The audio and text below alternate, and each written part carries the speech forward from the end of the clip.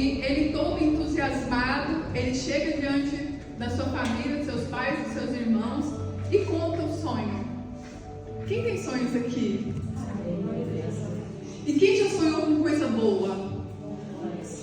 Sabe aquele sonho que te traz assim a memória e você não consegue esquecer aquilo por dias que você sonhou de tão bom que é? Você fica entusiasmada, você fica pensando naquele sonho constantemente. Eu imagino a alegria de José ao ter aqueles dois sonhos, diferentes, mas com o mesmo significado. E eu já tive sonhos assim. Eu raramente sonho, mas quando eu sonho, eu sei que é sonho de Deus, porque ele vem de impacto comigo. Eu falo, o Senhor está querendo falar comigo nesse sonho, porque do contrário eu não sonho com nada, né? E eu fiquei imaginando José chegando e falando e contando com todo entusiasmo. Eu tive um sonho, e o sonho eu via todos vocês se inclinavam perante mim. Todos ficaram ainda mais revoltados, porque a Bíblia fala que ele era o predileto do papá, né? Quem é irmão de 3 aqui, às vezes a gente percebe um certo gosto, né, por algum ou por outro. Eu acredito que o amor dos pais é o mesmo, mas a afinidade, às vezes é mais parecido com a mãe, às vezes é mais parecido com o pai, e não tem como negar. Às vezes a gente, né, gruda um pouquinho mais de um, porque talvez é mais obediente, porque é aquele que te ouve mais. São questões de afinidade. Mas ele fala que José era o filho da velhice dele. Imagine ele velho receber a bênção de ter mais um filho. E depois teve mais um, foi seu irmão.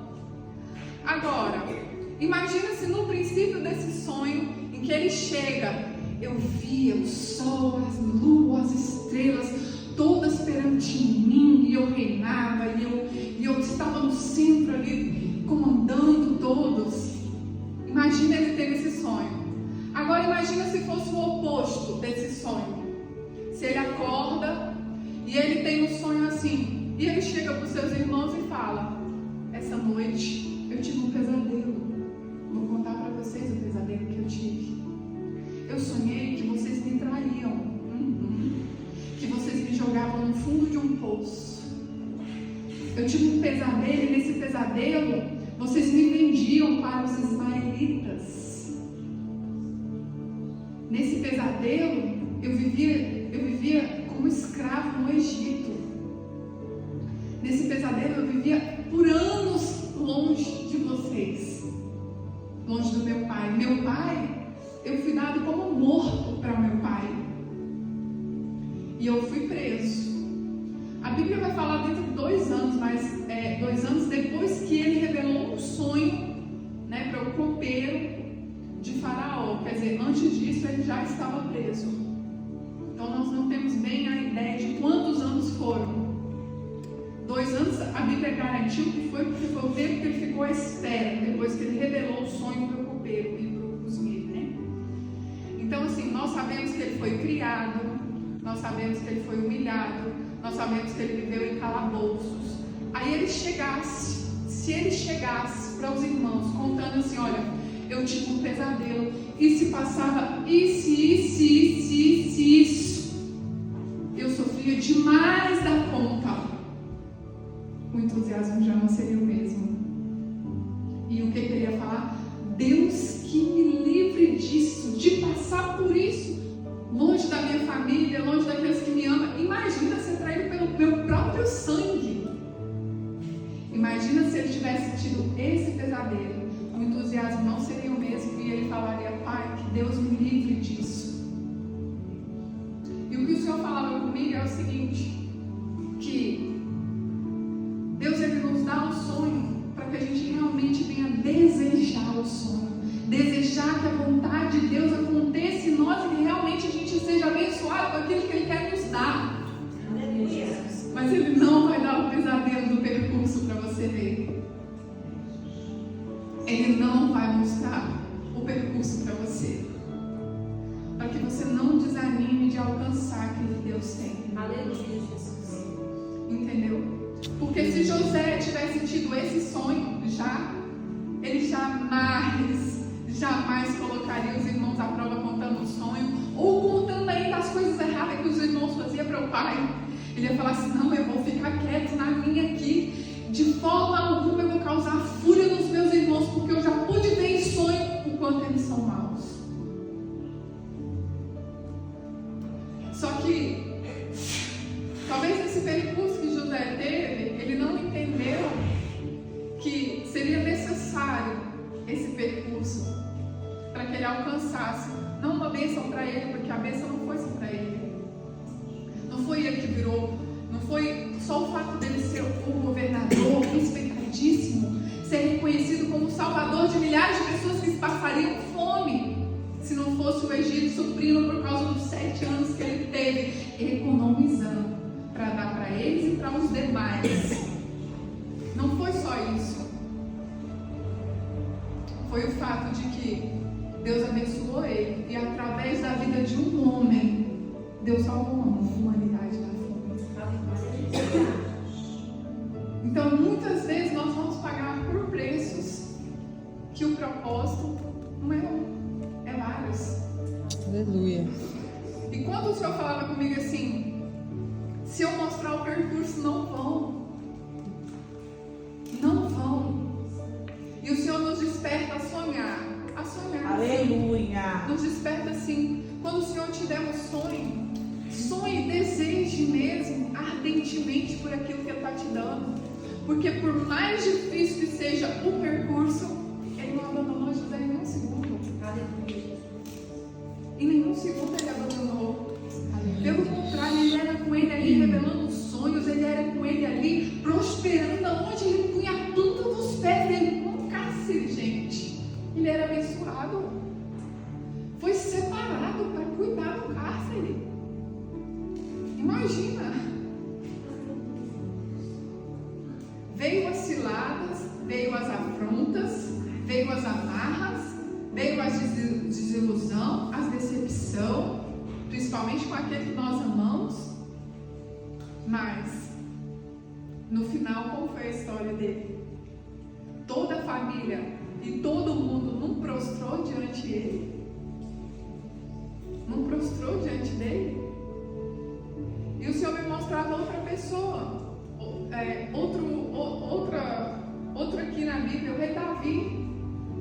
Davi, ele foi ungido a rei ainda jovem, adolescente. Foi um sonho, imagina, um menino, né, cuidava das ovelhas do pai, nem imaginava ir para um exército onde os irmãos já estavam, que era raquítico, tinha que cuidar dos animais, porque os irmãos já estavam alistados no grande exército do Deus vivo. Miúdo.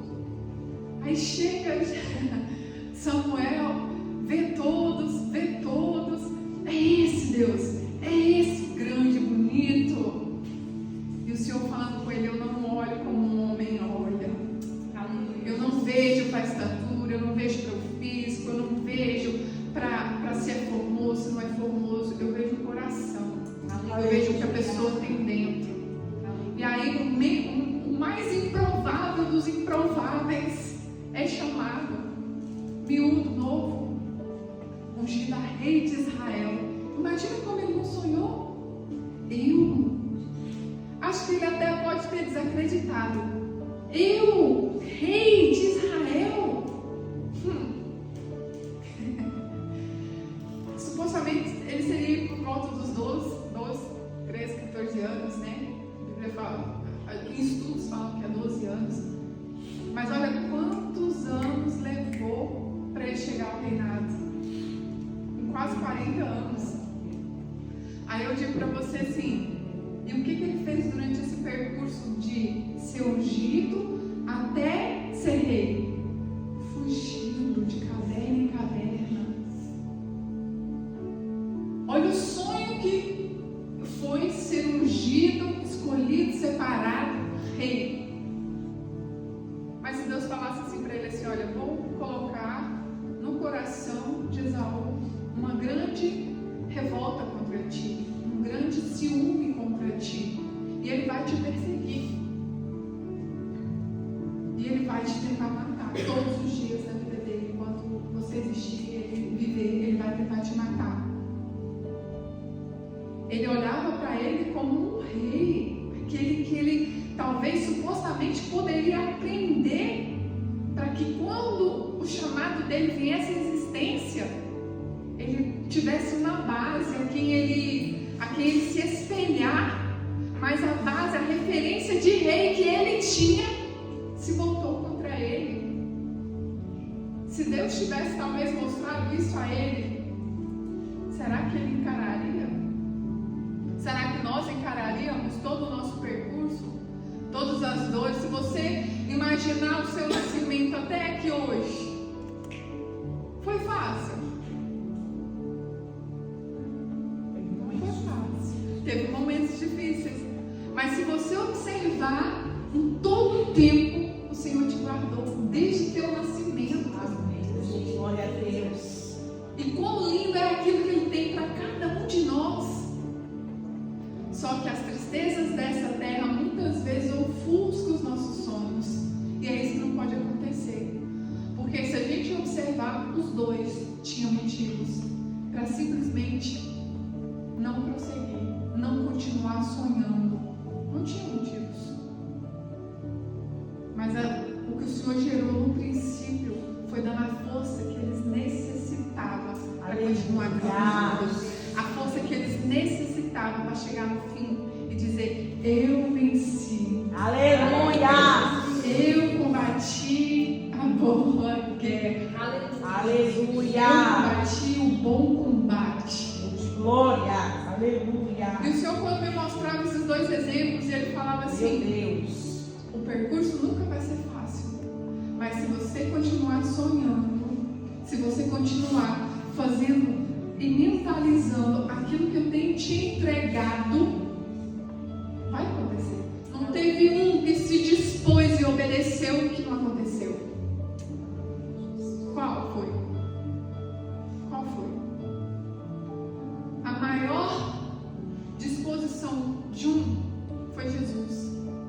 E foi fácil que ele passou? Não foi. Jesus, ele se dispôs por algo que nós cometemos. Nem pecado, nem culpa ele tinha. E mesmo assim ele tomou sobre si todas as nossas transgressões. E toma até hoje, né? Todas as nossas transgressões. E na cruz nós somos lavados e remidos. Então, se ele, na maior dor que ele passou, até de abandono, porque ele se sentiu abandonado, porque o pecado era muito da humanidade, ele não desistiu. Pelo contrário, ele falou assim: Pai, perdoa eles, porque eles não sabem o que fazem. Então, a palavra que o Senhor punha no meu coração hoje era isso: não desista de sonhar. Aleluia. Nós não vivemos por aquilo que a gente vê, né? Nem por vista, né? Nós vivemos como Hebreus, né? 11 diz, né? É a fé, é você não está vendo, mas você crê já que vai acontecer. É você declarar o que já vai acontecer. Aleluia! Então, volte a sonhar. Aleluia! Volte a sonhar. Deus, chacoalha aí sonhos que o Senhor tem te dado desde a infância, que está aí na gaveta. Eita mistério. Está guardadinho aí, ó. O Senhor está nos despertando essa noite para trazer a existência. Eita, a Deus de primeira glória. maneira que nós podemos trazer a existência, às vezes não é nem fazendo, é falando. Deus traz, Deus faz, Deus faz e acontece. Traz, Senhor, eu quero ver. Eu não estou vendo, mas eu já vejo aqui. A palavra tem poder. Aleluia. A palavra tem poder. E por mais que Satanás ele tenta te desmotivar com as ações que estão acontecendo em volta da tua vida, a palavra que sai daqui é que governa. Aleluia. É o que sai da nossa boca que governa. Eu estou assim, mas eu não vou permanecer mais assim. Aleluia. Me fizeram isso, mas eu não vou guardar mais dentro de mim o que fizeram. Eita, Deus de mistério. Nós fizemos uma campanha de 3 sábados. Libertos pelo sangue. Não há nada mais poderoso que o sangue de Cristo. Sinto muito informar. Não há nada mais poderoso que o sangue dele. Jesus. E os sonhos que ele tem para nós são inimagináveis. A gente não consegue nem imaginar, porque vai muito mais além daquilo que o nosso entendimento consegue alcançar. Agora você tem um sonho. Imagina Deus sonhando em cima do seu sonho. 1000 vezes mais. Infinitamente mais. Então não deixa morrer. Não sepulta aquilo que Deus trouxe para ser vida. Não sepulta, não mata. Porque muitas vezes a nossa boca mata. Mas hoje o Senhor quer trazer a existência com palavras de vida. Aleluia. Com palavras de vida. Não para a gente não olhar pelas circunstâncias, não olhar aquelas coisas que nós já vivemos até aqui, que talvez deixam marcas, mas para viver a história que Cristo tem para nós. E para viver nós temos que sonhar os sonhos de Deus. Aleluia. E eu sonho os sonhos de Deus cada vez mais. Cada vez mais. Eu quero aquilo que Ele tem para mim. Eu quero viver aquilo que Ele tem para mim. Nada mais nos para. Quando nós entendemos que a vontade dele é boa, perfeita e agradável, nada mais. Aleluias. E é isso. Vamos fazer nossa roda? Agradeço a minha oportunidade.